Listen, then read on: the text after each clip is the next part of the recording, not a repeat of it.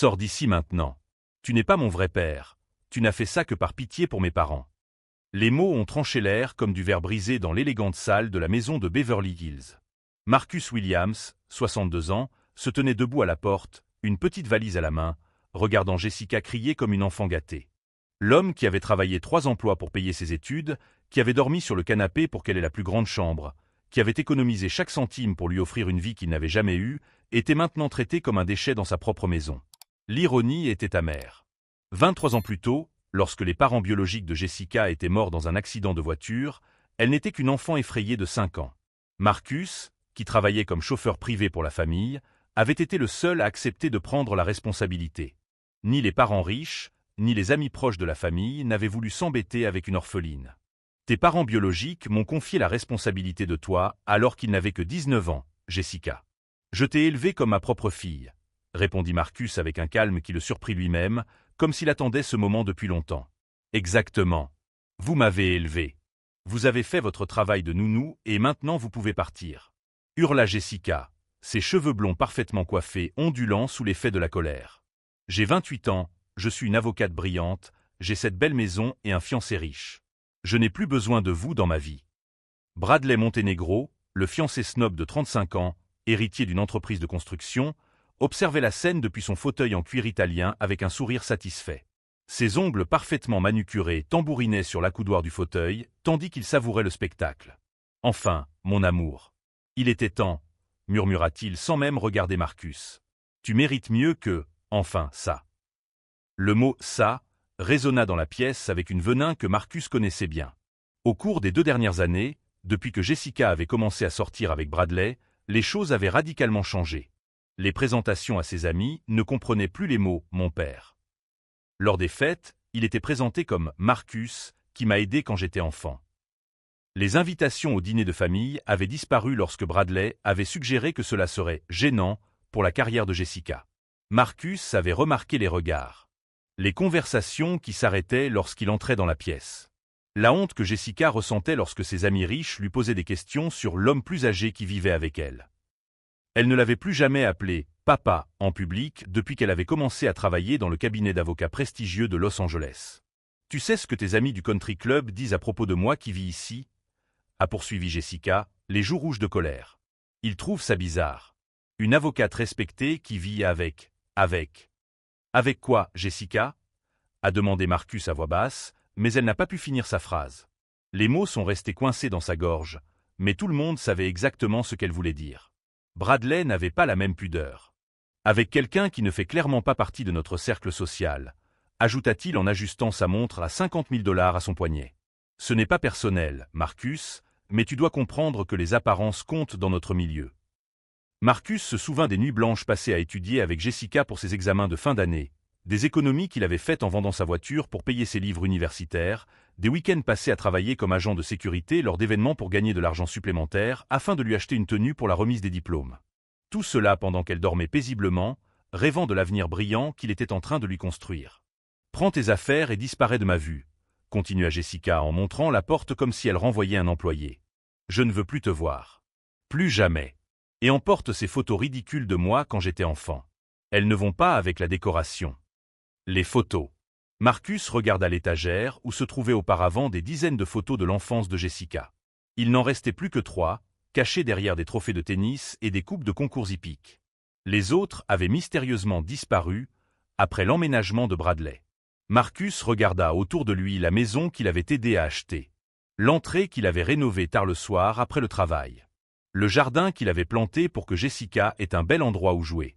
Il se souvint de la petite fille de 5 ans qui pleurait à cause de cauchemars et ne se calmait que lorsqu'il chantait doucement à côté de son lit.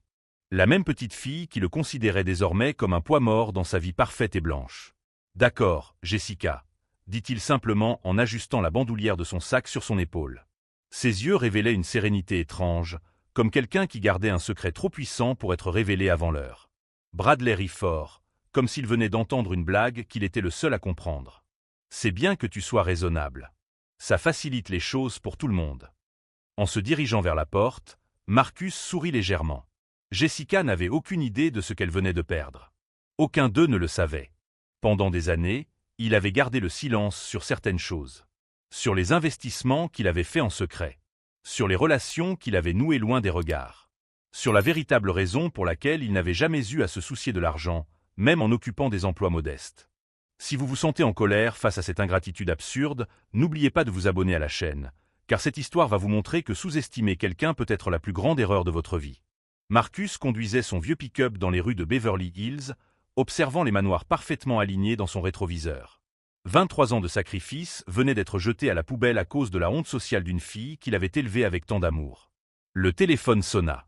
C'était Jessica. « Marcus, j'ai oublié de te prévenir. Je veux que tu enlèves toutes tes affaires du garage.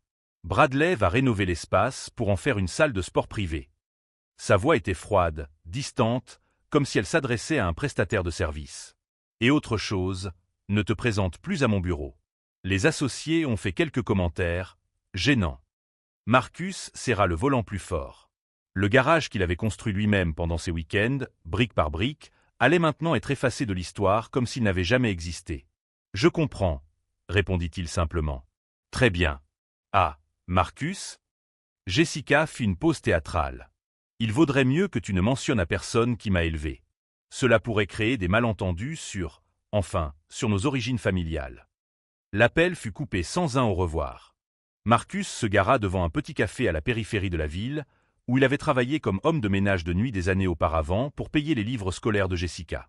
L'endroit était exactement le même, simple et accueillant, complètement différent des restaurants chics que Jessica fréquentait désormais avec Bradley.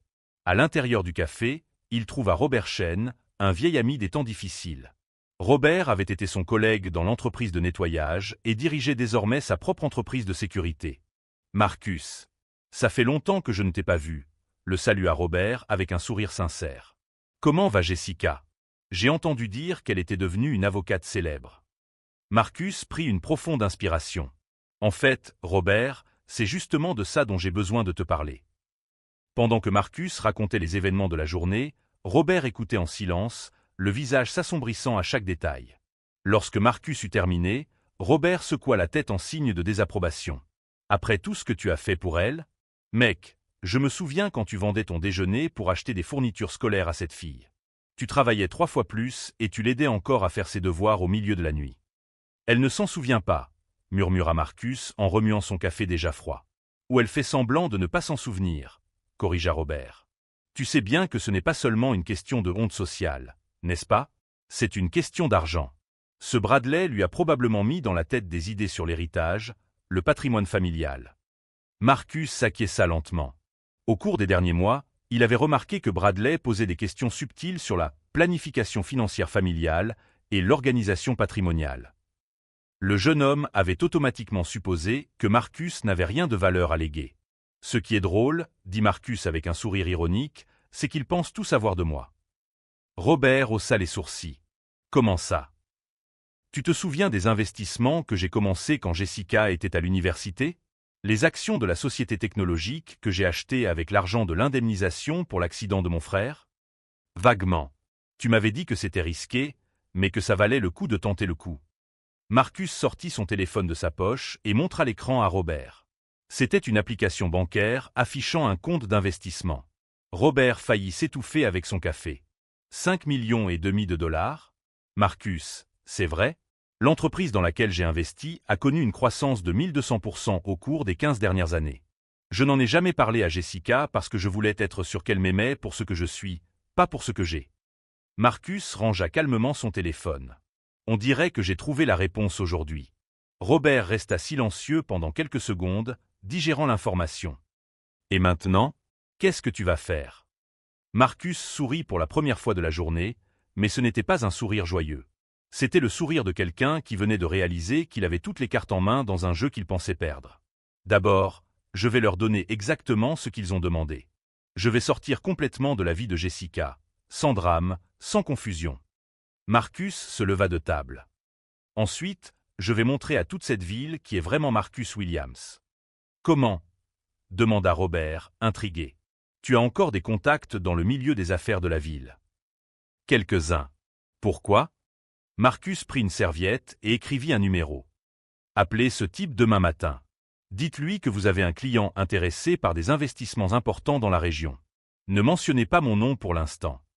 Robert regarda le numéro. C'était celui de Harrison et Associates, l'une des sociétés de conseil financier les plus exclusives de Los Angeles. Marcus, qu'est-ce que tu mijotes? Jessica veut que je disparaisse de sa vie parce qu'elle me considère comme un boulet social. Marcus ajusta sa casquette et se dirigea vers la porte. C'est exactement ce que je vais lui donner. Je vais disparaître du Marcus qu'elle connaît et réapparaître sous une forme qu'elle n'aurait jamais imaginée.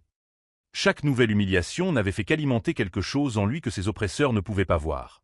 Une détermination silencieuse renforcée par l'injustice même qu'il tentait de lui imposer. Ce que ces personnes privilégiées ne savaient pas, c'est que chaque acte de mépris signait leur propre arrêt de mort.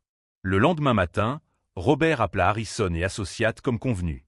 La réceptionniste, habituée à une clientèle élitiste, faillit raccrocher lorsqu'elle entendit qu'il s'agissait d'un investisseur intéressé par des opportunités dans la région.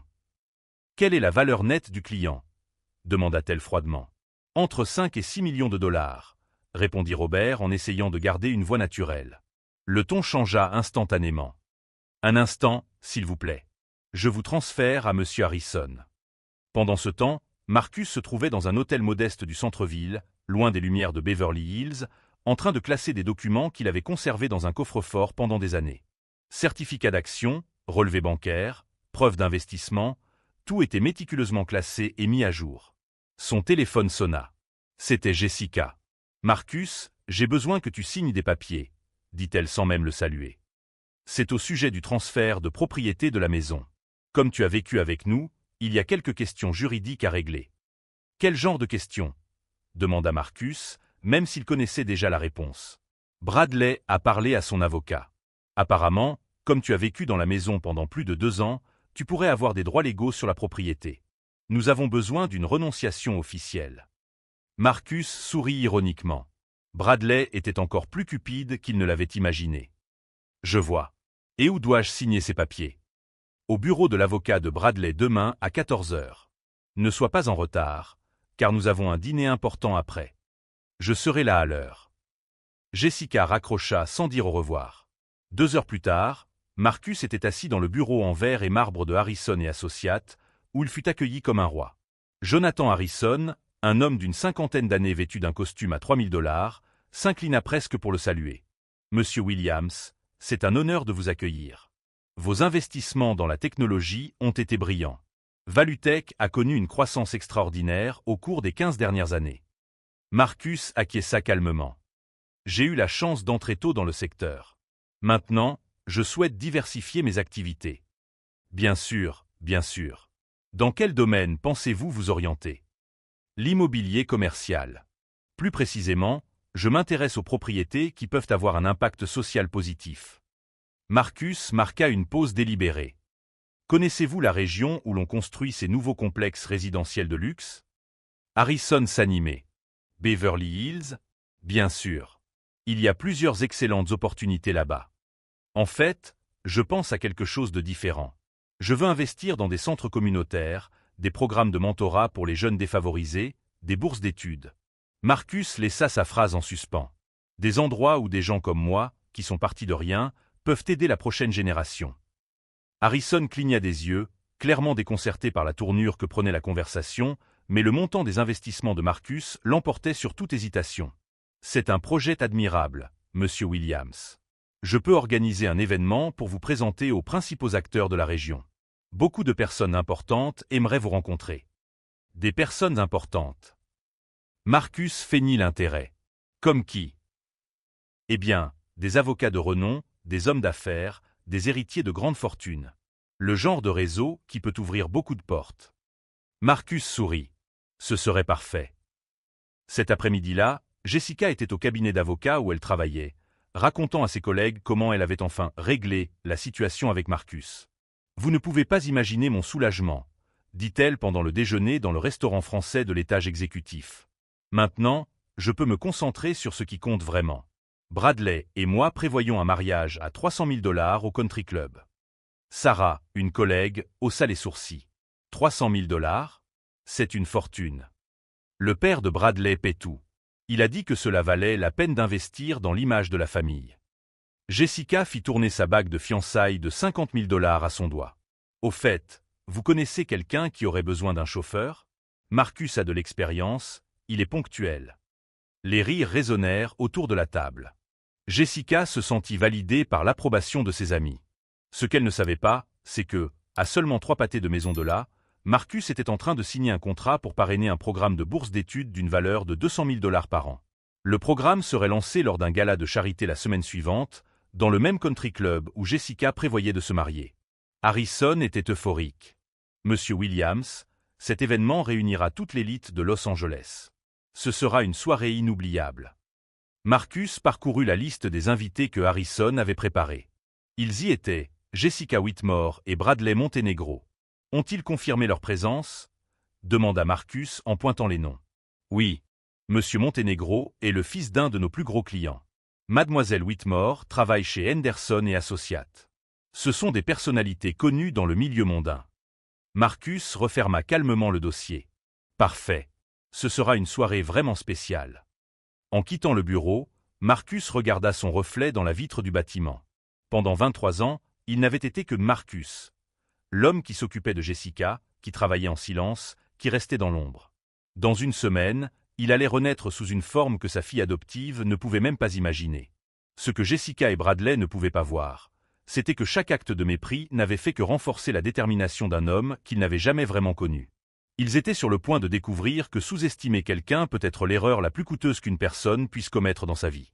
La soirée de gala caritative arriva en grande pompe. Le Beverly Hills Country Club était méconnaissable, décoré de lumières dorées et d'arrangements floraux qui coûtaient plus cher que ce que beaucoup de gens gagnent en un an.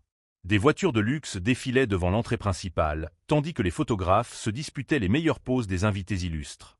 Jessica et Bradley sont arrivés en grande pompe dans la Porsche rouge de Bradley, elle vêtue d'une robe de créateur à 8 000 $ et lui arborant un smoking italien impeccable.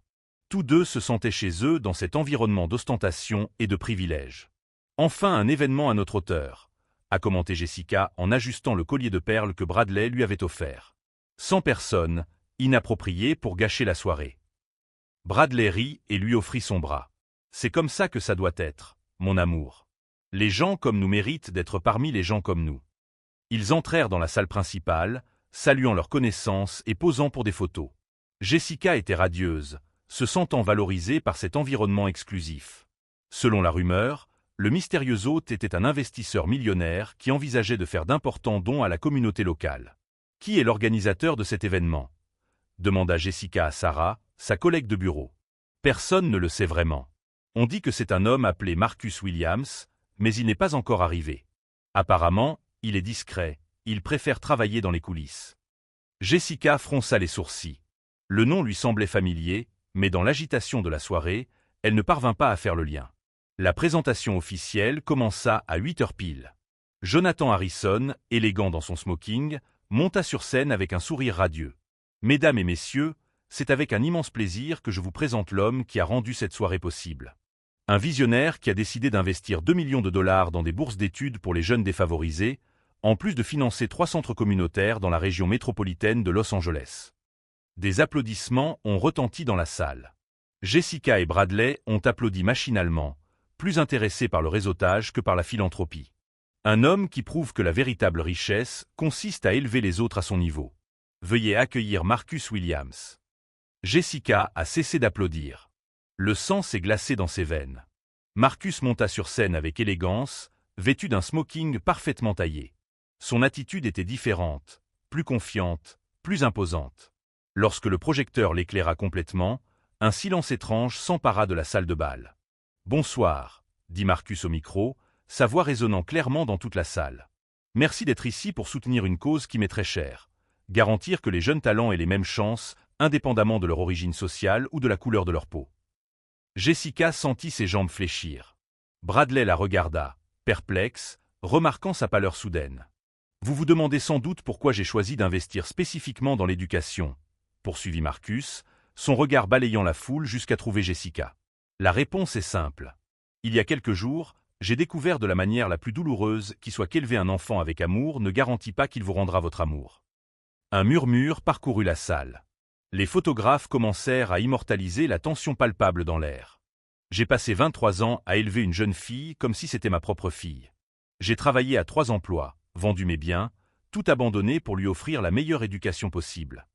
Marcus fit une pause, laissant le poids de ses mots résonner. Il y a une semaine, j'ai été expulsé de chez moi parce que ma présence était inappropriée pour son cercle social. Jessica a tenté de s'éclipser discrètement, mais les regards curieux des invités l'ont paralysée.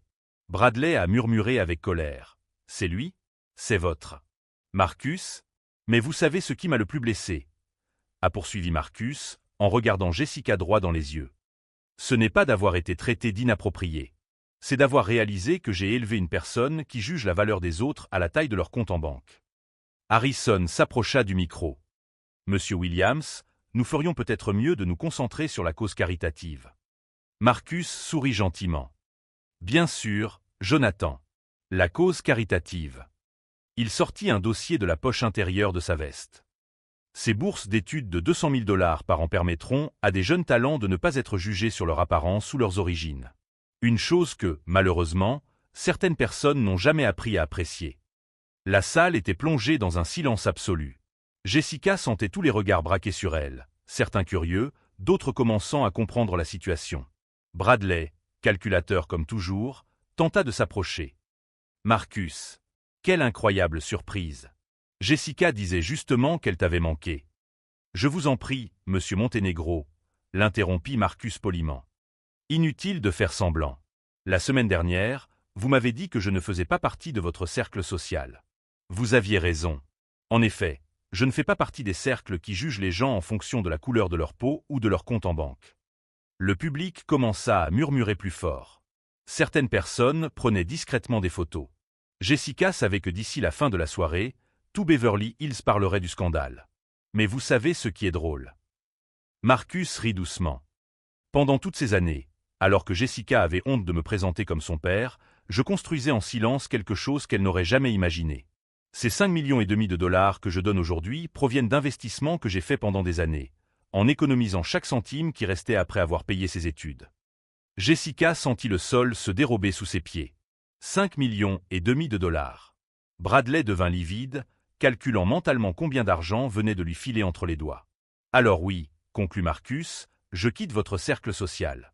J'entre dans un cercle bien meilleur, celui de ceux qui utilisent leur prospérité pour élever les autres, pas pour les humilier. Les applaudissements furent assourdissants. Les gens se levèrent pour acclamer Marcus, tandis que Jessica restait pétrifiée, sachant qu'elle venait de perdre non seulement 5 millions de dollars, mais aussi sa réputation dans tout Beverly Hills. À ce moment-là, alors que les caméras capturaient chaque seconde de son humiliation publique, Jessica comprit enfin qu'elle avait complètement sous-estimé l'homme qui l'avait élevée. Mais la question qui planait dans l'air était dévastatrice. Était-il possible de regagner le respect de quelqu'un après avoir complètement détruit la confiance qui avait pris toute une vie à construire ? 3 mois après le gala, Marcus était assis dans son nouveau bureau au centre de Los Angeles, observant l'agitation de la ville à travers les fenêtres du 23e étage. La plaque sur la porte indiquait « Williams Foundation », transformer des vies grâce à l'éducation. Le téléphone sonna. C'était Robert Chen, désormais directeur exécutif de la fondation. « Marcus, nous avons 50 candidats supplémentaires pour les bourses d'études ce mois-ci. Et ce documentaire sur votre histoire sera diffusé à la télévision nationale la semaine prochaine. » Marcus sourit. Ce qui avait commencé par un don de 2 millions de dollars s'était transformé en une fondation de 15 millions de dollars, financée par d'autres investisseurs inspirés par son histoire. Des universités de tout le pays proposaient désormais des programmes en partenariat avec la Williams Foundation. « Et les autres nouvelles ?» demanda Marcus, même s'il connaissait déjà la réponse. Jessica a perdu son emploi chez Henderson et Associates. Apparemment, les associés ont estimé que cette publicité négative pourrait nuire à la réputation de l'entreprise. Bradley a également été licencié de l'entreprise de construction de son père. Il semble que la famille Monténégro n'ait pas du tout apprécié cette publicité. Marcus secoua la tête, sans éprouver la moindre satisfaction face à leur malheur, mais seulement une profonde tristesse pour sa fille qu'il avait perdue à cause de la cupidité et des préjugés. Cet après-midi-là, Jessica était assise dans un café bon marché du centre-ville, loin des restaurants chics de Beverly Hills. Elle avait épuisé toutes ses économies, vendu son appartement de luxe pour payer ses dettes, et Bradley avait mis fin à leur relation le lendemain du gala. « Je ne peux pas être associé à tout ce désordre », lui avait-il dit froidement. « Ma réputation est en jeu. » Le téléphone de Jessica sonna. C'était un numéro inconnu. « Allô ? Jessica, c'est moi.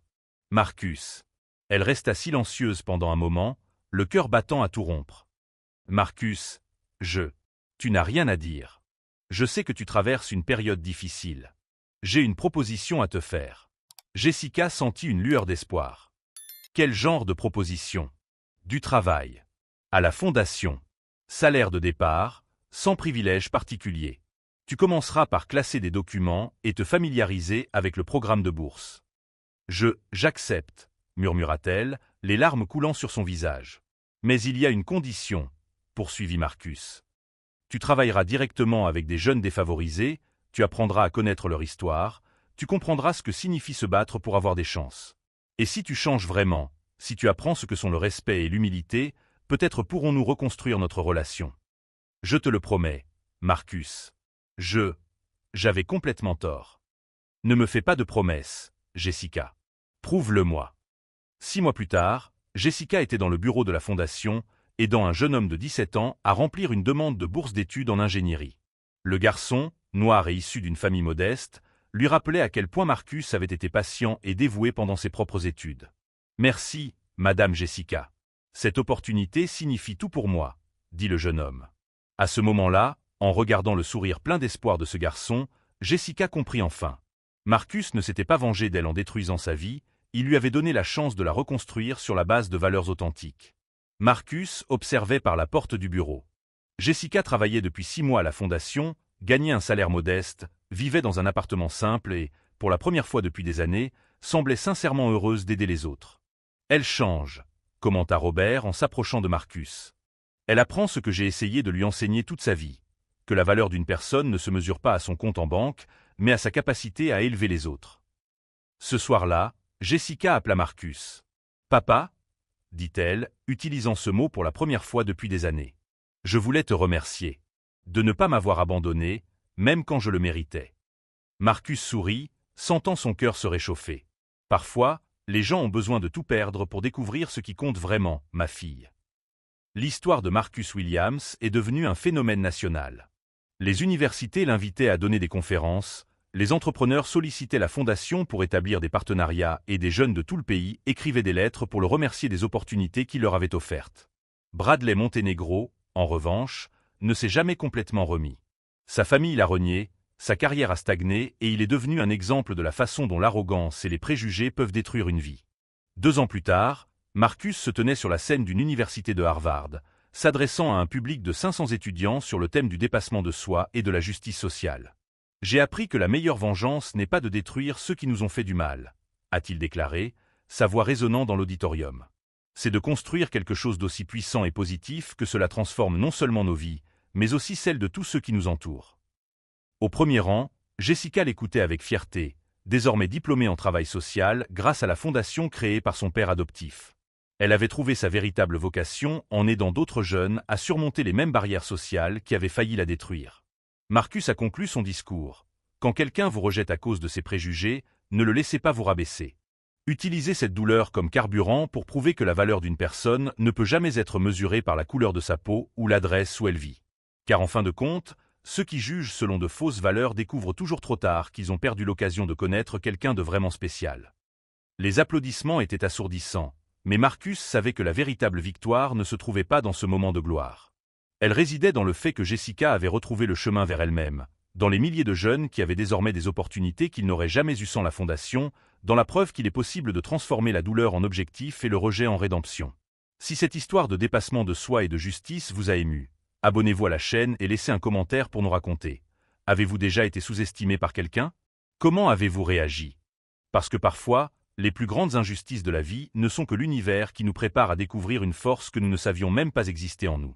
Marcus Williams a essayé d'être rejeté par sa propre fille, mais il a fini par découvrir que sa véritable famille était toutes les vies qu'il pouvait toucher.